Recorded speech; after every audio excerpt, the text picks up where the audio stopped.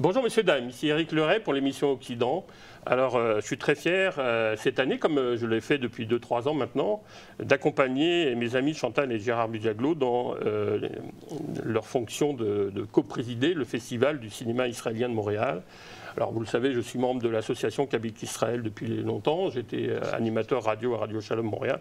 Donc je suis très fier de recevoir la présidente de la communauté séfarade unifiée du Québec, Karen Aflalo. Bonjour. Bonjour, ça va bien? Alors vous êtes depuis 1 an et demi la nouvelle responsable de cette communauté. Mais avant de parler de cette communauté et du festival, j'aimerais un peu mieux vous connaître pour permettre aux gens qui ne vous connaissent pas de mieux apprécier votre travail, parce que vous êtes dans l'ombre, mais vous avez un rôle très important. Alors, c'est quoi d'abord votre origine? Est-ce que vous êtes du Québec? Vous êtes né ici? Comment ça se passe? Absolument. Alors, je suis née à Montréal, mais mes parents viennent du Maroc. Les deux viennent du Maroc. Donc ça, c'est vrai que la communauté séfarade a un rôle très important et est venue dans les années 70-80 compléter la communauté qui est plutôt, qu'on connaît plus, c'est-à-dire la communauté askénaze, qui est plutôt d'origine d'Europe de l'Est, pour vous situer. Voilà. Alors, séfarade veut dire espagnol, donc c'est parce qu'on venait de l'Europe du Sud. Alors, c'est quoi cet organisme Communauté séfarade unifiée du Québec? Pouvez-vous nous présenter un peu sa fonction? Il consiste à représenter la communauté juive de Montréal, mais est-ce qu'il y a des activités, par exemple, comme le festival, qui vous tiennent à cœur? Absolument. Écoutez, avec la CSUQ, donc la Communauté séfarade unifiée du Québec, on dessert toute la population. Alors, des enfants, de la jeunesse, jusqu'aux personnes âgées. On fait des activités à tous les différents niveaux. Donc, on peut passer par les camps de jour qu'on fait, les camps d'hiver, l'école de ski, les voyages en Israël pour la jeunesse. On a maintenant un nouveau département de jeunes adultes où on s'occupe des jeunes familles et des jeunes professionnels et jeunes entrepreneurs. Pour les adultes, bien sûr, on a le festival du film israélien. On a aussi le festival séfarade, bien qu'on a plusieurs autres conférences à travers l'année. Et bien sûr, on s'occupe des personnes âgées. On fait aussi des gros événements de levée de fonds. On a le département de Chesed, où on ramasse de l'argent pour les plus démunis de notre société, que ce soit sur le plan de nourriture, loyer, aide financière pour les écoles et ainsi de suite. On est là à desservir plus de 250 familles dans le besoin. Aussi, on ramasse de l'argent, on fait des levées de fonds pour faire des bar mitzvot en Israël. Donc, on essaye de faire des bar mitzvot en Israël ainsi qu'à Montréal. Donc... Il y a des liens avec la famille. J'imagine qu'il y a des gens qui ont des gens soit au Maghreb, mais aussi surtout en Israël, ici. Absolument. Donc, ça permet de créer des liens. Absolument. Mais aussi, on essaye de faire des bar mitzvot pour les plus démunis les plus diminués en Israël. Donc, on a réussi à faire 42 bar mitzvot l'année dernière.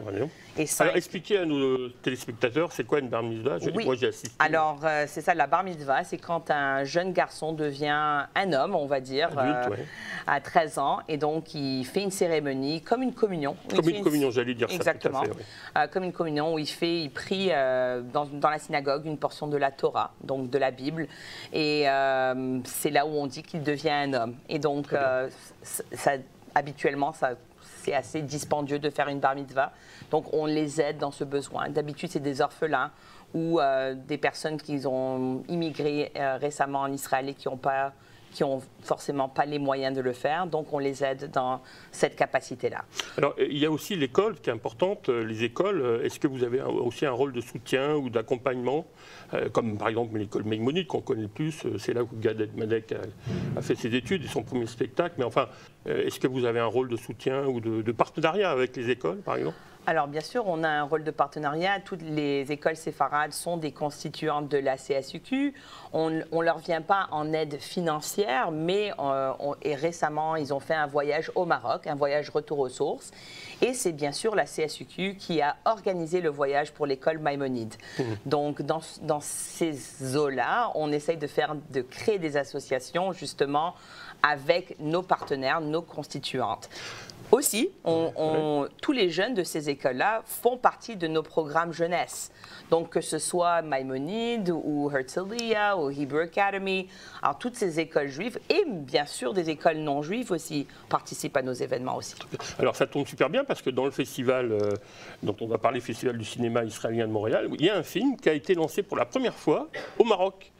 Et donc ça tombe bien parce qu'il va être présenté au festival, donc ça crée des liens, alors très, très intéressant. Puis on voit bien que le roi du Maroc a le courage de reprendre des relations avec Israël, donc c'est vraiment intéressant. Enfin, on voit des musulmans et des juifs et même d'autres religions venir à ce festival, donc ça fait partie aussi de votre mandat d'essayer de propager, disons, une tolérance et une compréhension entre les cultures. Bien sûr, en fait, c'est vraiment intéressant.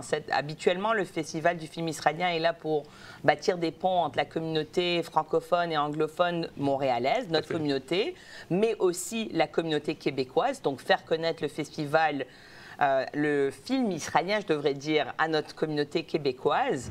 Mais aussi, pour la première fois, on est capable de démontrer ou de montrer un film qui a été projeté au Maroc pour la première fois. Donc, il va être projeté ici au Centre culturel marocain de Dar el Maghrib avec justement nos sœurs ou nos frères marocains musulmans. Donc, ça va être fait cette fois-ci au mois de novembre. Donc, alors, vous insistez aussi, c'est important que c'est francophone et anglophone. Absolument. Ça, c'est très important et c'était pas le cas lorsque c'était fondu, mais c'est comme au début, les nouveautés, ça prend, disons, ça s'agrandit. Donc là, c'est intéressant parce que là aussi, vous êtes anglophone, vous êtes bilingue, donc ça permet de créer des liens aussi avec les communautés anglophones et québécoises qui n'ont pas forcément une connaissance de la communauté juive. Absolument, on s'assure d'avoir toujours une traduction en français et en anglais pour essayer d'aller chercher le plus de monde possible. Notre film d'ouverture et de fermeture aura des sous-titres en français ou en anglais, donc on peut choisir la langue qu'on aimerait visionner. Et puis, ça nous donne l'opportunité d'avoir de plus en plus de monde, une variété de personnes qu'autrefois, on n'arrivait pas à atteindre seulement avec une traduction. Alors, le choix des présidents, des jurys, très important, je voulais insister là-dessus, parce qu'on a quand même Guy Fournier, qui est président du jury. Mais alors, écoutez, mesdames, il y a Léa Poul qui fait partie du jury, imaginez. Ceux qui connaissent Accord perdu, ou voilà. Ariel Fergan aussi, qui est acteur, Nicolas Krief et Marie-Josée Raymond. Donc là, vous avez aussi une qualité au niveau du choix du jury qui permet vraiment de rayonner au niveau national. Et puis, alors, quel est l'impact depuis plusieurs années? Est-ce que vous sentez, vous, qui êtes membre de la communauté, qu'il y a un accord, enfin disons un accueil positif de la communauté justement de ce festival? Quels sont les retours que vous avez, si vous en avez? En fait, on n'a que des retours positifs, des commentaires positifs par rapport au Festival du film israélien. En fait, d'année en année, c'est sûr qu'on a connu les années de la Covid qui ont été un peu plus difficiles, où on a quand même été capable de démontrer des films virtuellement. Cette année, on est dans la deuxième année après la Covid et on recommence à être plus en salle pour essayer de recommencer à vivre à l'extérieur de la maison. Mais on voit encore que les gens aiment avoir quelques films virtuels. Donc, on a gardé un peu la formule hybride. Et espérons que l'année prochaine, on sera de plus en plus en salle pour être capable de se rencontrer, de parler, d'échanger et de voir quelles sont nos préférences par rapport aux films qui ont été choisis. Très bien. Bah, écoutez, je vous remercie de nous avoir accordé quelques minutes. Je vous laisse le mot de la conclusion. Comme ça, vous pouvez éventuellement faire un appel pour que les gens viennent au festival.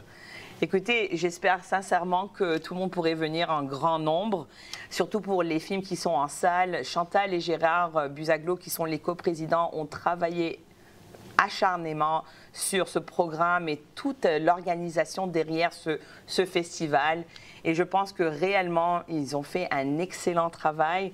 Il y a 3 films en salle, plus celui qui est à Dar El Maghrib. Prenez la chance de venir au moins à un de ces films pour essayer de mieux comprendre qu'est-ce que c'est le film israélien. Et puis, on pourra éventuellement vous voir de plus en plus nombreux en présence. Très bien. Merci beaucoup. Merci beaucoup, merci. Et donc, merci messieurs, dames, de votre attention et je vous souhaite un bon festival car c'est important d'y aller pour mieux se connaître et apprendre à être plus tolérants l'un vers l'autre. À bientôt.